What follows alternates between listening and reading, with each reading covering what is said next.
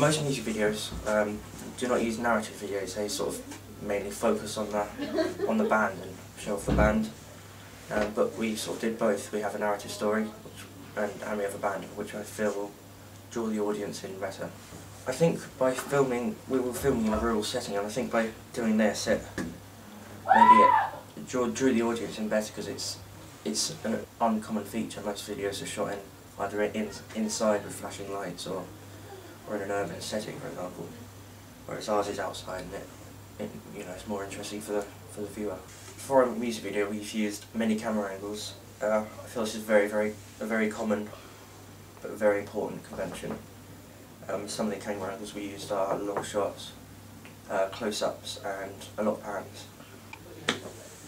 Out of all the band members, the lead singer has most of the screen time, and we believe this will give the viewer more understanding of the lyrics, as he's the one actually singing it. Our video has a slight hint of abstract in it, and it's meant to be semi-abstract, and our magazine cover and digipack are also abstract.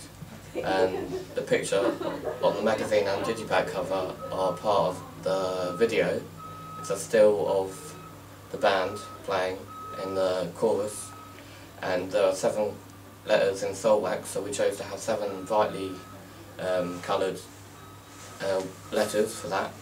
So then the colours will repeat itself throughout the whole magazine cover, and we also chose to choose for the whole of the digipack cover to have those colours going through. We kept consistency with the picture being outlined by the 7 brightly coloured shapes around the edge of the picture, which also consists in the digipack. So the digipack and the magazine relate to each other. This is our link between the two. The colour scheme in our digipack is what we needed to be crucial for our consistency in our magazine advert, and it's easier for the audience and reader to link and relate with our artist, and it just keeps up our consistency. Okay, the use of feedback is to provide constructive criticism from our peers and our teachers, so that we can make our final product a better and more appealing video in the end. From our rough cut feedback, one of the feedbacks was that we should cut through the lines in our chorus. We achieved this by using more close-ups and footage of our character panicking and trying to avoid from the band, and we also used close-ups and footage of other band members playing, so that the audience can see a greater variety of our band and also make it easier to identify with them. This therefore gave our video more variety and a longer lasting appeal to our audience. Another feedback was that why our audience didn't understand why our character didn't imagine the band, why he did imagine the band. We could have solved this by maybe putting a message either in the radio or magazine more about the ghost effect that was in our video, and this could have made it more clear to our audience. But it was difficult to do an extra day of filming, and so we thought we'd try to get as clear as possible at the time.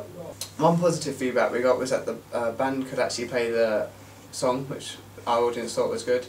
This made it look much more realistic, and it didn't look staged in any way. Generally appealing to the members of our audience who could also play musical instruments and would aspire to be like members of our band one day. One of the technologies we used was Final Cut Express. We felt this was a really useful program. I felt it was really important that we did this test footage. We found out ghost effects are not as easy as we thought. So, it turned out really helpful. For our music videos, we've used many different effects on Final Cut. One of them being we were fading in and out a lot. We used the edge feather quite a bit to blend the ghosts in, the ghost characters in better into the background. I believe these effects gave our viewers a more interesting experience, and the video, it gave it a lot more variety, so it's more interesting. We use the effects to make the narrative easier to follow, so it's more appealing to the viewer. Our first use of Photoshop was to create our mood board, which was I think like 5 ideas we just put on to say what we were going to have for our video. Also in Photoshop we made our digipack and our magazine advert. We used colour swatch and lots of other elements and tools, and what else? So these made it stand out more? Yes, we chose bright colours in Photoshop because they gave us the edge and gave us the element to stand out more. We created our digipack from a template the teachers gave us, and we just added step by step different elements onto it, and we think it looks good. We used the internet and specifically Blogger to blog all of our ideas for regular updates all the time, every lesson. And we also used Flickr for our videos and photo updates, so that it was easier and more appealing for our teachers and other students to read. We used our blog as a source of audience research, so that we could look at conventions and ideas used in other products, so that we can make it easier to appeal to our target audience, and hopefully make our video more successful. And our blog also meant that we could keep everything in the same place, so our call sheet, shot lists, even rough cuts, and all our final products are all on there, so we can always refer back to them anytime we have any problems or issues, and we can use it for times like this for our evaluation, so that we can make best use of what we've done. And we could also access our blog from home, which made it easier to fulfil other work that needed to be done elsewhere, which we didn't have time for in class.